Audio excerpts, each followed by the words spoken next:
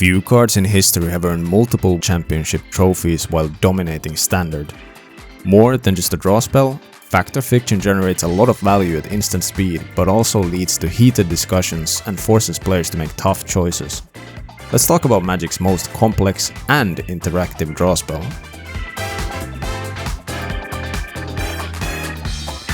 Factor Fiction may seem like a simple spell. For 3 and 1 blue, you at instant speed reveal the top 5 cards of your library. You select an opponent to split them into 2 piles however they want. You then choose to put 1 pile into your hand and the other pile goes to the graveyard. What makes me love this card is that it's a value spell, a bit of an optimization problem and a mind game all in one. Another reason I love the card is that most draw spells, they're pretty boring for your opponent.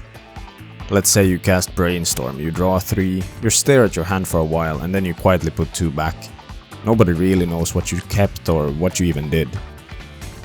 But when you play Factor Fiction, everything's face up. You reveal the cards and now everyone at the table are invested. Suddenly it's not just your draw, it's everyone's business and everyone has an opinion.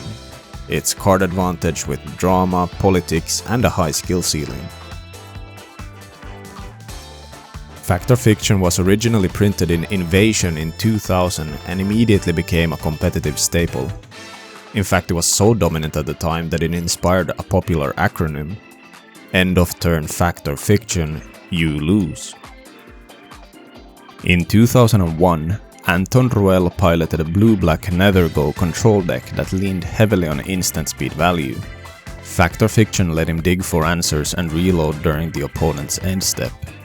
He made it all the way to the semi-finals before falling to Alex Borte's Merfolk opposition deck.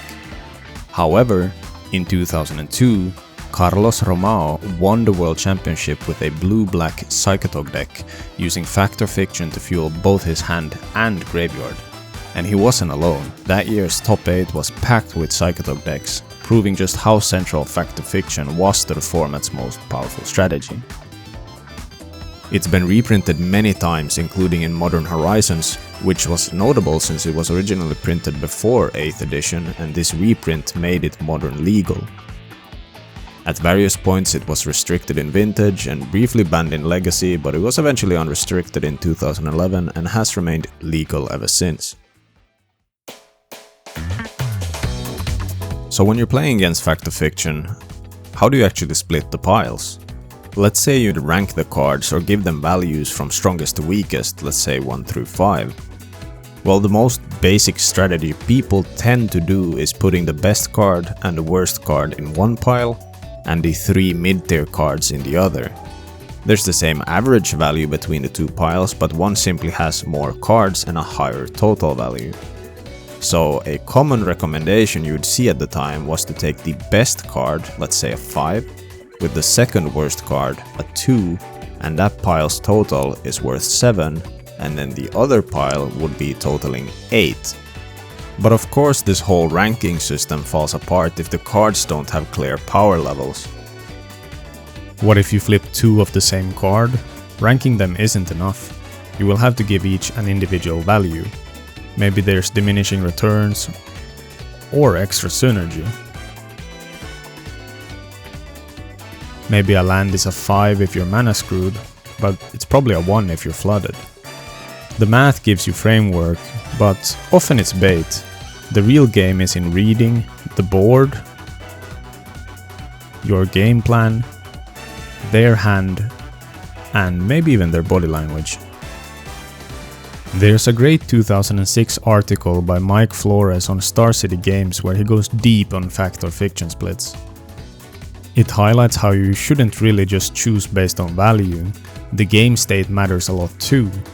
Are you ahead or behind? If you're far ahead and they're digging for answers, you're not worried about card draw or land drops. You're worried about their one out, the one card that stops you. That's why when you're winning, you'll often want to make 1-4 splits, isolating the problem card.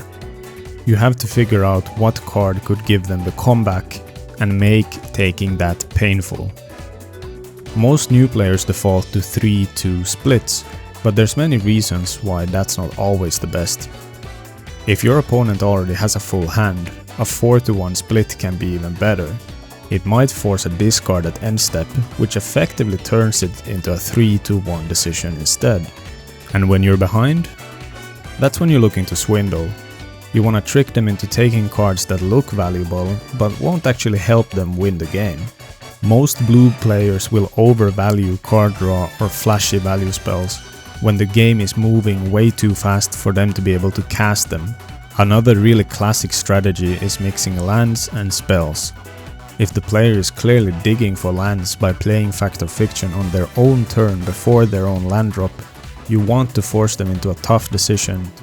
Jimmy kind of announced before playing this card that he needs to hit lands. I think he's hoping someone will help him out. And Olivia, you get to split them into 2 piles.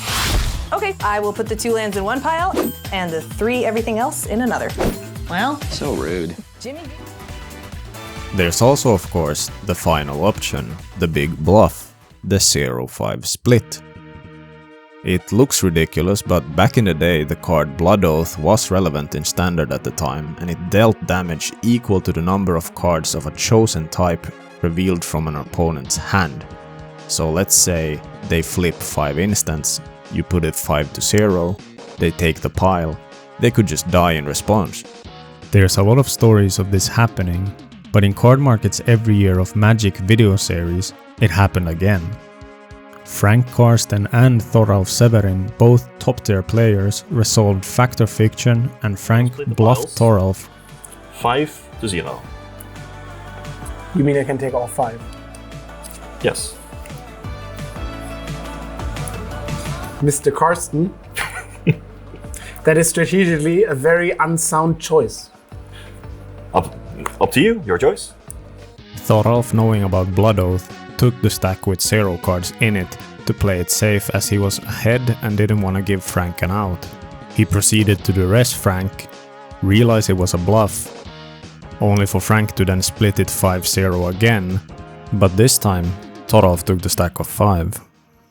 I would take the 5 cards, and it's your... Hold on before you untap. No. I actually drew it. Oh god. Blood out you. There's similar cards like Sudden Impact, but they're rare, so the 0-5 split rarely works. But when you go for it, it creates a massive psychological pressure on your opponent. Oh. Oh, I was feeling so good with all the board state. I mean, the game is locked up. There's no way, like 0%, that we're losing this game, but... At the end of the day, you're not resolving Fact or Fiction in a vacuum. It's happening in the middle of a game, with a board, cards in hand, and plans to win. The key is reading what your opponent wants to take, and make taking that painful. If they stop and think after you split, you probably did a good job. If you're the one who's casting it, don't get greedy, don't get baited, take the pile that actually wins you the game. While it was reprinted in Modern Horizons, it never found a real home in the modern format. It's just a bit too slow for today's metagame. This means it's a cheap card today, and if you play Commander, this card belongs in your deck. Not only is it full of value, it's fun, both for you and for the table. It leads to conversations, lets everyone weigh in with their opinions. Why not let the table argue it out, while you sit back and enjoy the card draw? In the new Final Fantasy set, there's a new card that clearly draws from Fact or Fiction, but has a fresh take on the formula. Fact or Fiction has inspired many similar spells. Some are well known, like Gifts Ungiven, and some are less famous, but the original still holds up. If you're not running Fact or Fiction in your deck where possible, maybe it's time you did. Thanks for watching. Hope you enjoyed my retrospective on one of my all-time favorite cards, Fact or Fiction. I'm getting really close to 1,000 subscribers, so if you enjoyed this, I'd really appreciate your support. And if you want more videos like this, why don't you check out my deep dive on Hazoret the Fervent, or this video, which is all about flavor in Magic and universes beyond. Take care.